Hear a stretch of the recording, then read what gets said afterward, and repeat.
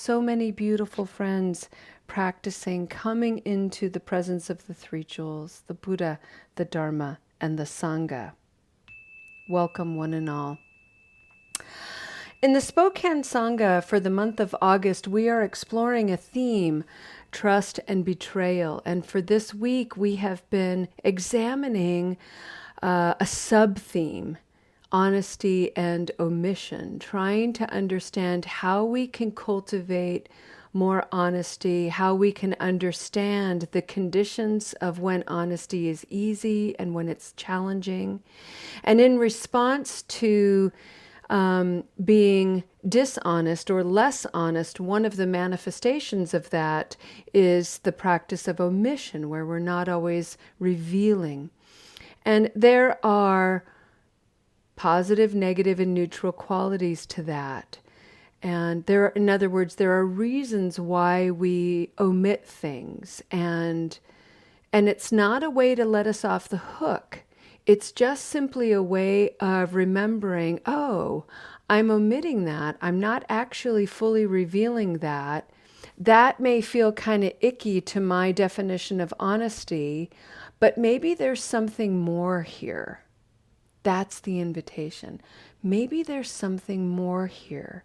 And by being a little bit gentle and a little bit curious, can we look at those conditions? Can we say, okay, the person who is asking me to be honest about this, whatever it is, maybe I don't trust them completely.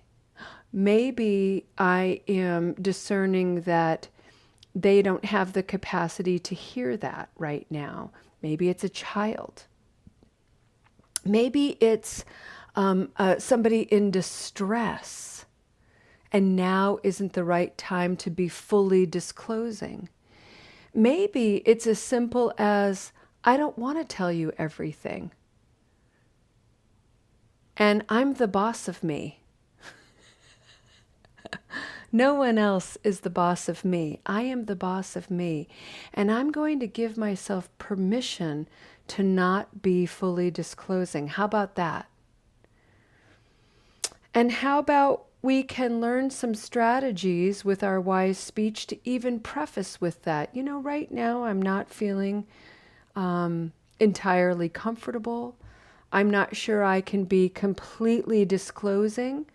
I'm going to do my best to be as honest as possible. And then I'm going to take some time to reflect on why I'm not able to share more at this time.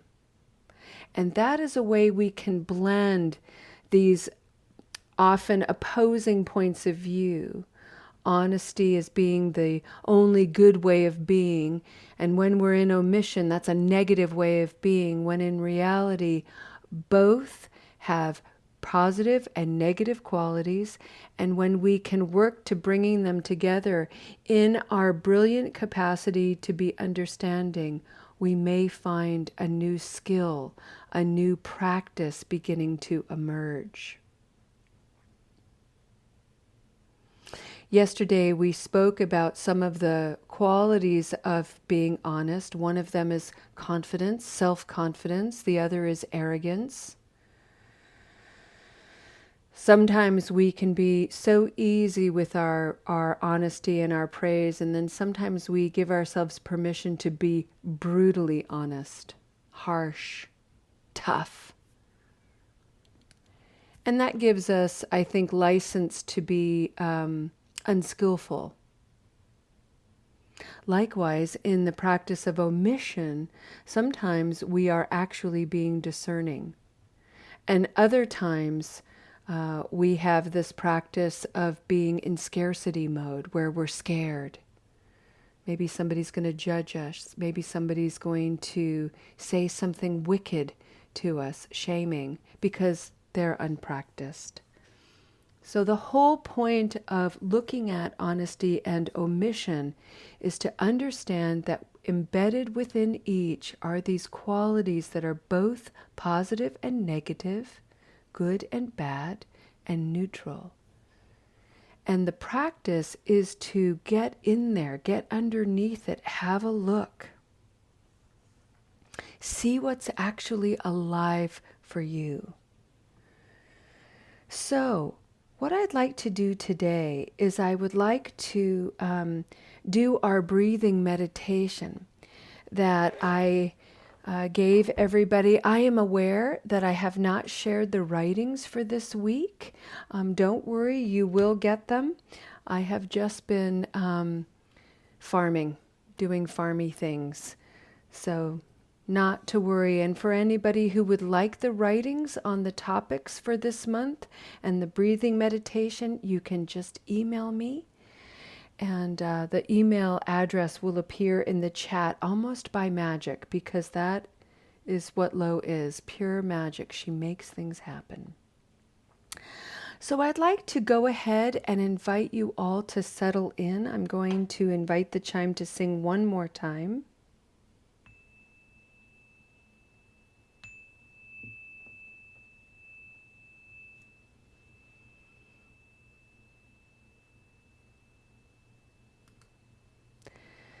And then I'd like us to find a pose in the body that feels relaxed, maybe even restful.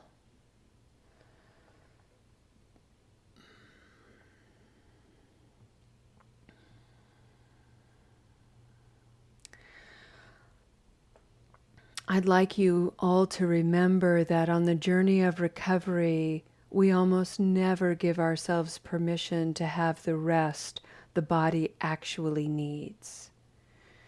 And so for many of our practices here, I always encourage rest.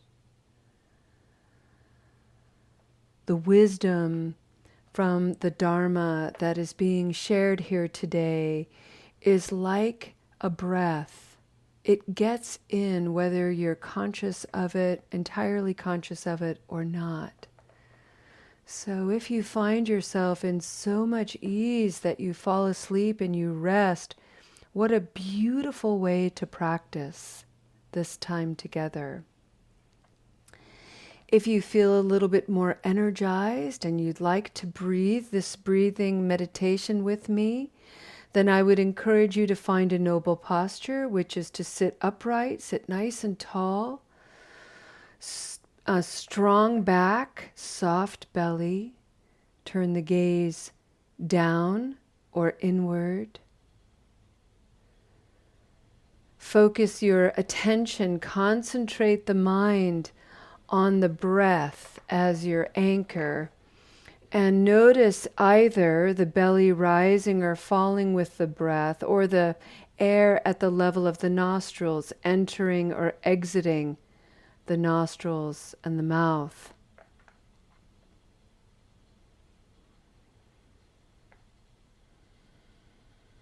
Know that in ancient languages around the world, the word for spirit was also the word for breath.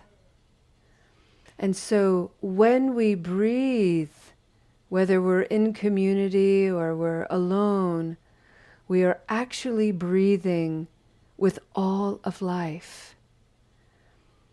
We're breathing with every single thing that breathes on this planet. We are sharing the same air. The trees and the flowers, our pets, the whales and dolphins, turtles, insects. I'm not even sure that all kinds of minerals, rocks and mountains themselves don't breathe in some way that we may simply not fully understand. By coming into awareness of the sacred act of breath, this is why it's the anchor, is because it reminds us that we belong to this life. We are beloved to this life. Each of you is life's beloved. So we breathe. Breathing in, I calm my body. breathing out, I settle into practice.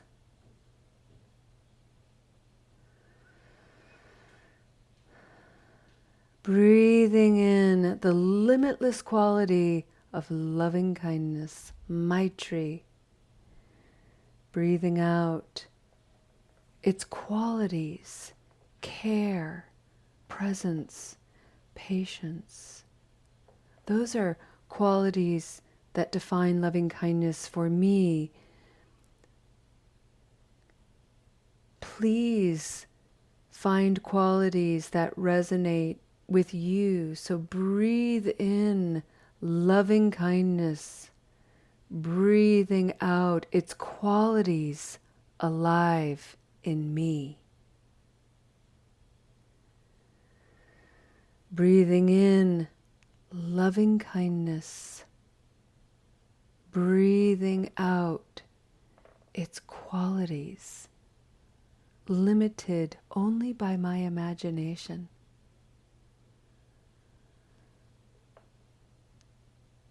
Breathing in compassion, karuna. Breathing out small wonders, just like me. All beings want to be safe, acknowledged, and loved. Breathing in compassion. Breathing out, remember, all beings are just like me. No beings want to suffer. Breathing in compassion. Breathing out, being with my suffering, the suffering of others.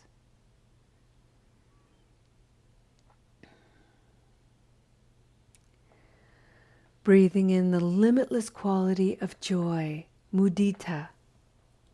I said small wonders earlier, but small wonders is a quality of joy. I was mistaken, so breathe out small wonders.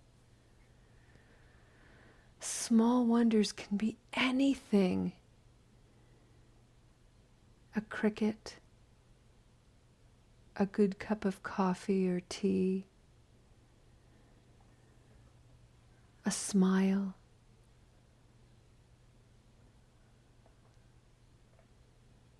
a laugh with a friend, a feather you see on the ground.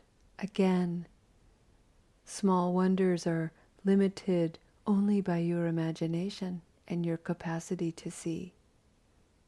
Breathing in joy.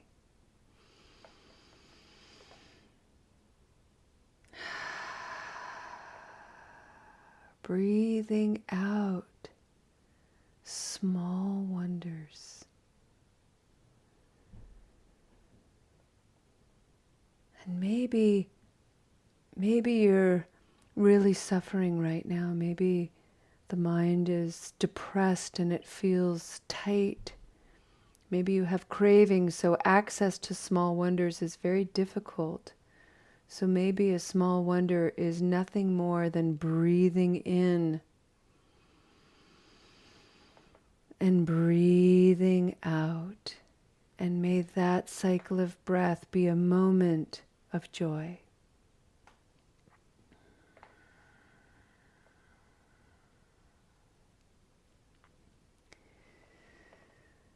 Breathing in the fourth limitless quality, the fourth immeasurable, which is equanimity. Another word for equanimity is inclusivity. Breathe it in and breathe out its qualities.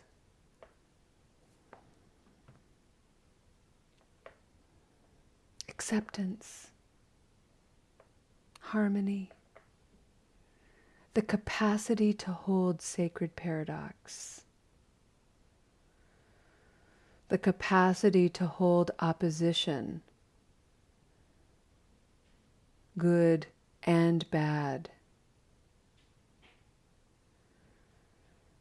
And the deeper your capacity to hold pairs of opposites, the more equanimous, the more neutrality, the more inclusivity you have. Breathe in inclusivity and breathe out freedom. Breathing in equanimity, breathing out liberation. Breathing in calm body, open heart. Breathing out calm body, open heart.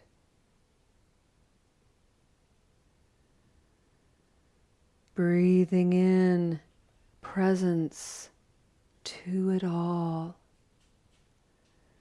Breathing out, I am here, you are here, we are here. Breathing in presence. Breathing out here, exactly as you are. It matters and it's enough.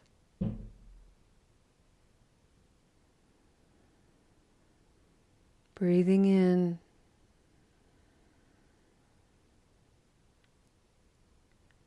Breathing out.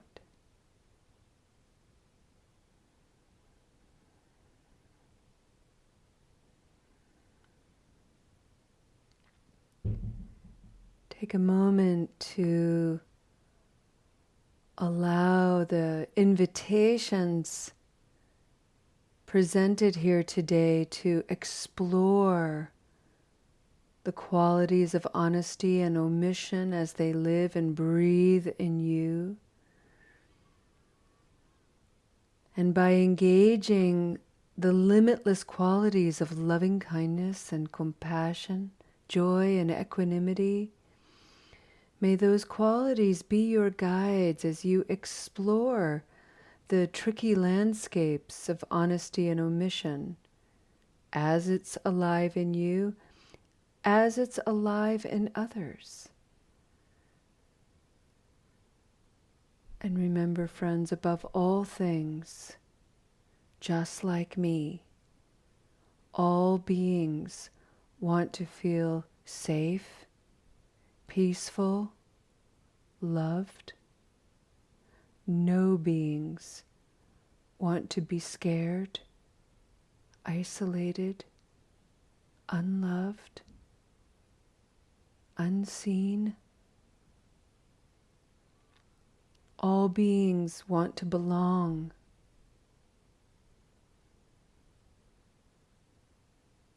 May we awaken and remember that we already belong and we are so well loved.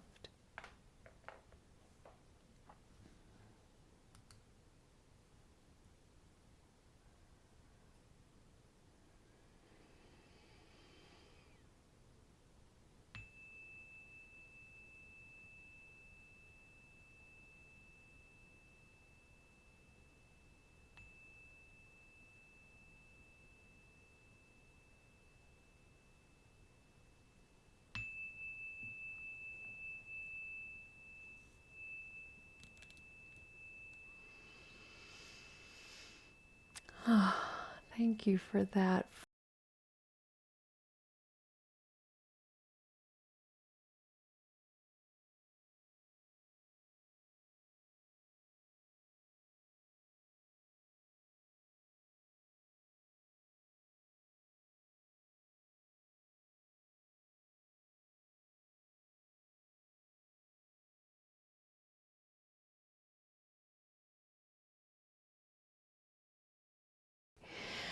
Alrighty, friends, let's go ahead and end our practice with a dedication of merit.